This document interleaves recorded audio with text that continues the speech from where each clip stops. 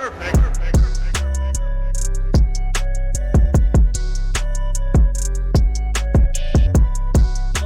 happening, gang? It's your boy Retro back again with another reaction video. Yeah. Today we got another huge update. You guys can probably already tell that it is going down. Just by that title alone, you guys are definitely gonna want to check this one out. So we're now seeing Jasmine Crockett, those fugitive Texas House Democrats, facing some serious legal backlash as new Texas law now targets lawmakers who fled the state in order to attempt to avoid the redistricting vote. I'm excited to get into this one, guys, so we're gonna hop straight into it. All I ask that you guys please hit that like button, hit that subscribe button, and without further ado, let's hop straight into it, folks. Check this one out. State lawmakers want to prevent any other lawmakers from walking out of a legislative session, special or not. New rules are now in effect after more than 50 Democrats left the state last month to prevent a vote on redistricting. The Texas Tribune is reporting the new rules include limits on campaign fundraising and fines of more than $600 a day. Lawmakers who skip out on block legislation could also lose seniority and leadership positions. Republicans say the new measures ensure that lawmakers can do their work. Democrats call them politically motivated. All right, you guys. So now we're seeing Texas legislator introduce an approval for stiffer penalties and fundraising limits for lawmakers who leave the state to block bills. And now House members who freeze future legislation by fleeing Texas will face steeper fines, loss of seniority in committee posts, and limits on political fundraising. It says Texas Republican lawmakers on Wednesday evening adopted a package of sharper penalties and new fundraising restrictions for members who leave the state to freeze legislative action in a bid to deter future standoffs like what ensued when House Democrats absconded last month to delay passage of new congressional map. Says the array of new punishments includes a proposal to severely curtail how much lawmakers can fundraise should they leave Texas to deny their chamber the headcount required to conduct business. Under HB 18, absent members and their legislative caucuses will be prohibited from accepting daily political contributions beyond their per diem allocation, currently at $221 a day. And this right here is huge. This is key. It's saying that, not only can the rep not receive money anymore, neither can their caucus. And this was an issue that they were running into.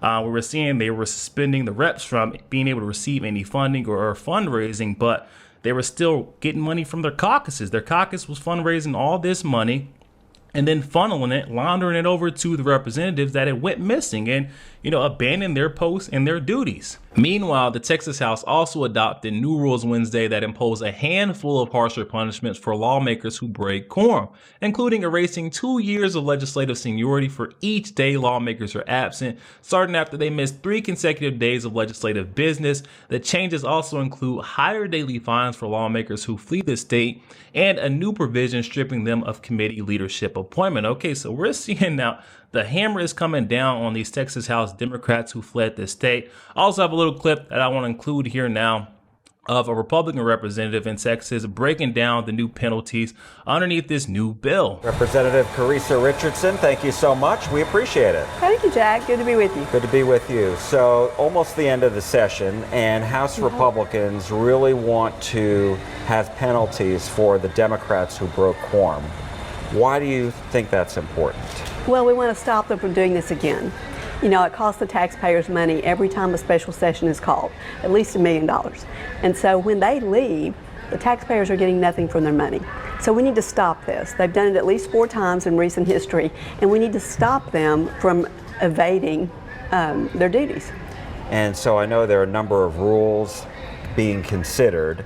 What do you like? I've seen Democrats or the minority should lose their chairmanships and vice chairmanships, lose their seniority, etc. Are you on board with that, and what else would you like to see? Well, absolutely. Definitely the vice chairmanships were something that this is the first time they've ever done that, required a Democrat vice chair. So, that's a privilege to be a vice chairman. And if you're not going to be there to do the work, then you shouldn't have that privilege. So I think that should be removed. Also, seniority is a privilege. That's not something in our Constitution. It's something given to them for their number of years of service. But if they're not going to serve, then they should have that reduced.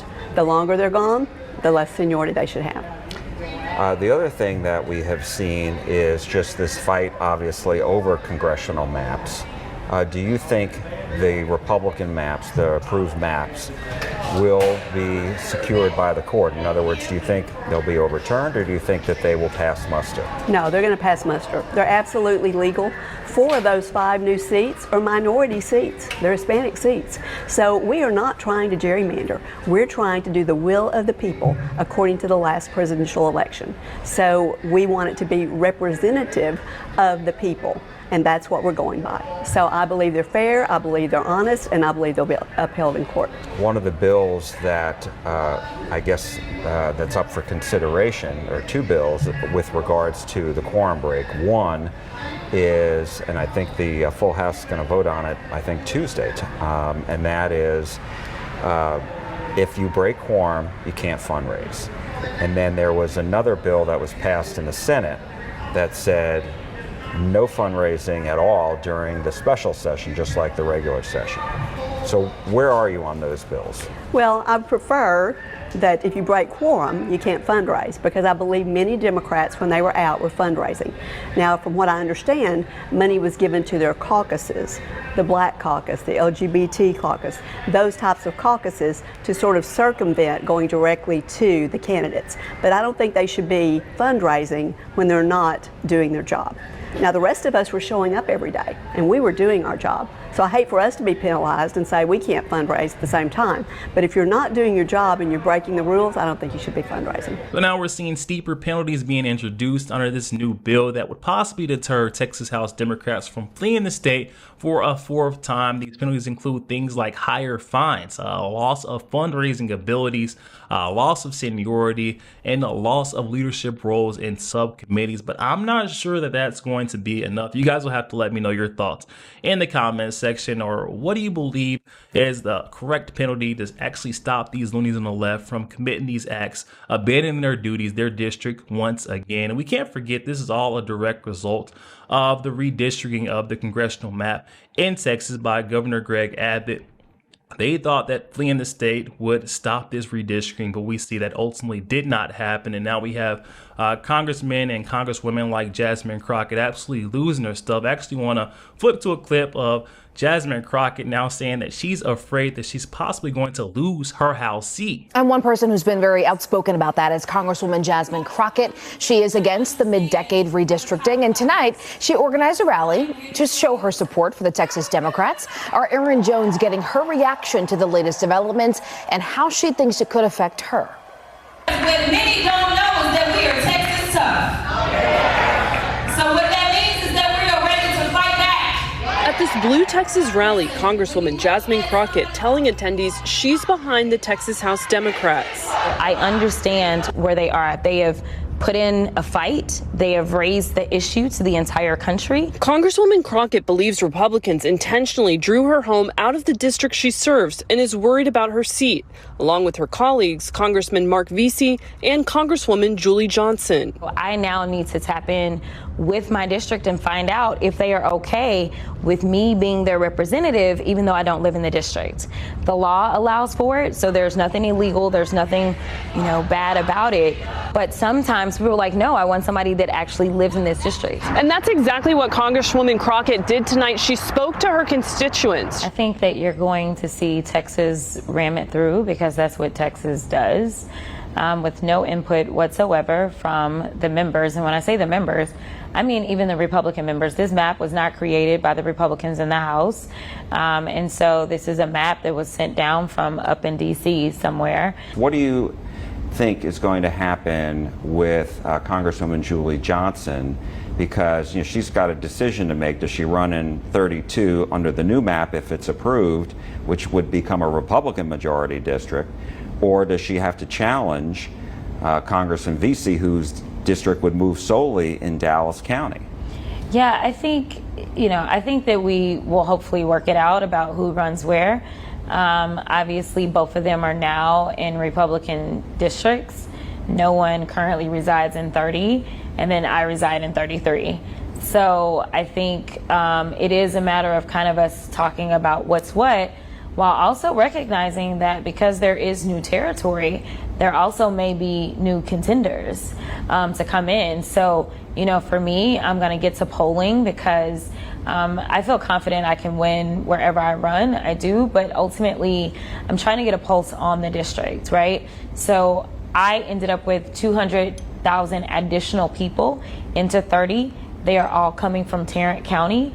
I know nothing about those 200,000 people.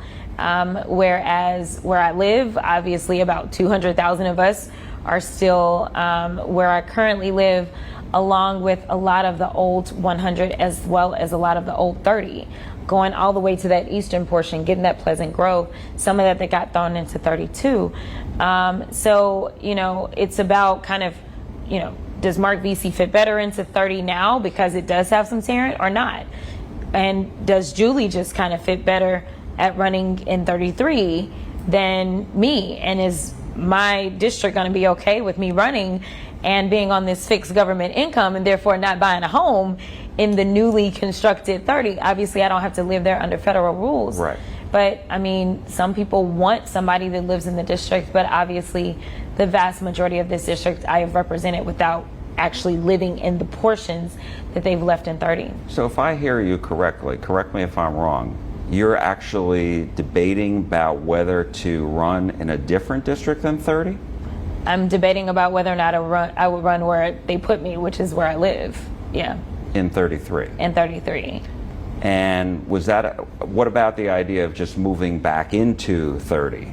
Again, on this fixed income that I am paid in Congress, the idea of actually buying a new home or we don't get enough money. I mean, I'm being honest, and I know that some people may take issue with that because they talk about how much money we make, and I get it. It's not that we're obviously getting minimum wage, but by the time you talk about I have a mortgage, and I have an interest rate that is like 3%. Mm-hmm. Interest rates are not that low anymore, right? That's number one. Number two, so it's a matter of, do you sell your home, then go somewhere else and get a higher interest rate? Like, there's all these variables, and as a single woman who has one income, who's not allowed to make outside income, there's a lot to be had there. I think I have a strong enough rapport with what is left in 30 that they trust me to be a strong advocate for these areas that I've already represented. I know nothing about this new 200,000. And so we are absolutely, I'm a data-driven girl.